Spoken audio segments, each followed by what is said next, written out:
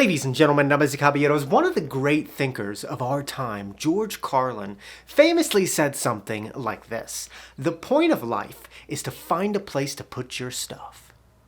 That's really what we're all trying to figure out, ladies and gentlemen, because our lives revolve around stuff. We work at jobs to afford stuff, we spend our free time buying stuff, and we spend our weekends organizing stuff. Everything that we do basically revolves around stuff. And it's silly when you think about it because so much of our stress, anxiety, and feeling of being overwhelmed comes from our stuff. We put all this unnecessary pressure on us because we're addicted to stuff. And we're addicted to every single part about stuff. The lead up to buying, the act of buying, the experience of stuff. But we don't see it as an addiction. We see it as a way of life, a pursuit of happiness, spoken like a true addict, ladies and gentlemen, but it is an addiction. And why are we addicted to stuff? Well, it's actually a pretty deep topic. It's actually pretty interesting to understand why we're obsessed with things. So in this video, I want to dive a little bit deeper on this topic and talk about why we're addicted to stuff and talk about the psychological part of our obsession with things. And by understanding this, it might be easier to live a more minimalist life. So here are 5 reasons why you are addicted to stuff. Reason 1, social conditioning. We like to think that we have free will, ladies and gentlemen, and it's up to individuals to make their own decisions. But the reality is, from an early age, we are programmed by something called social conditioning, which is a set of rules and behaviors dictated to us by society. Society indirectly tells us things that shape our belief in our value system. There are so many things that we're taught at an early age that are just deeply ingrained in us. For example, when we're young and as we grow up, we're taught to seek happiness and excitement through stuff. I mean, think about it. In childhood, we're conditioned to find joy and excitement through toys. In adolescence, we're conditioned when we get our first job to get a car and enjoy our hard-earned money. In adulthood, we're conditioned to justify our hard work by getting a big house and a nice car. From the second that we're born, we're conditioned to be good consumers and seek happiness and excitement through stuff. And this conditioning is so obvious when you hear things like the average American has $5,000 in credit card debt. The average American household has 300,000 items, and 56% of Americans can't cover a $1,000 emergency expense. And this conditioning that creates our belief and value system becomes so ingrained in us that we don't even recognize it or question it. And we're addicted to stuff because we've been conditioned to seek happiness and excitement through stuff. No one is above social conditioning, but as you get older and you can think more critically, you need to question where your values and beliefs come from and start asking yourself, am I the one that wants this, or have I been conditioned to want this?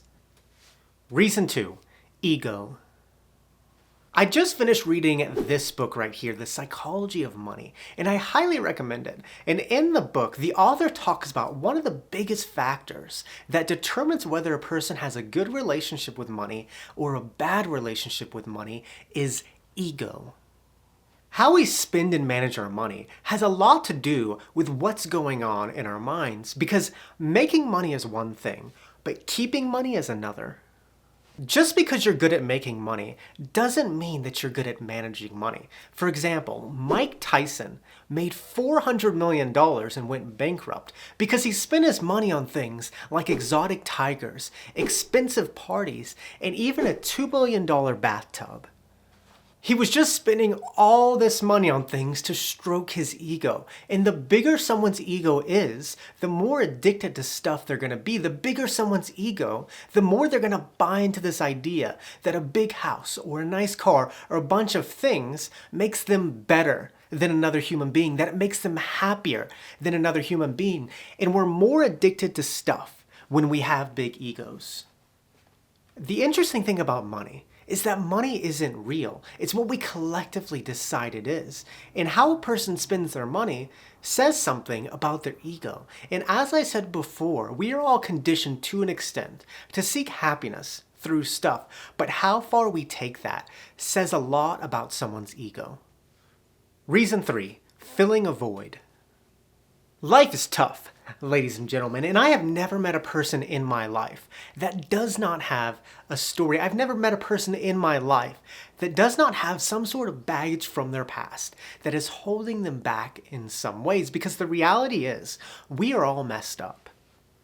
We all have problems, and most people deal with their problems in one of 3 ways. They eat, they buy, or both. We often try to use stuff or spending money on stuff to fill some sort of void in our lives. Instead of finding internal solutions to our problems, we reach external, and we might buy a new house or a nice car or a new phone, hoping that it will be the answer to our problems, hoping that it will fill some sort of void in our lives, thinking that buying things will make our problems disappear. And to be honest, because of social conditioning, it's the only way we're taught to solve our problems. It's all that we know. And so we reach external to solve something internal. And as much as nobody would admit it, we're addicted to stuff because we use it to try to fill a void in our lives. We hope that by reaching externally, it will solve something internally, but it doesn't work, because what happens is that in the process you spend a lot of money, which creates more stress, more anxiety, and more depression in your life that intensifies your problems. And now more than ever, we need to find new ways to deal with our problems and stop reaching so external to solve something that is so internal.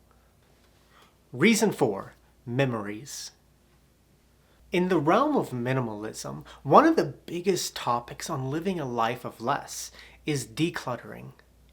Most of us have so many things that it overwhelms us. It makes us want to get rid of some of our things.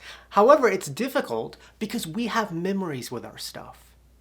Letting go can be very difficult because it can make you feel as if you're letting go of a memory. For example, think about something as simple as a cutting board. To somebody, getting rid of their cutting board could be a difficult thing because to them, it's not just a cutting board. To them, maybe it's the cutting board that their mom who recently passed away used to make dinner.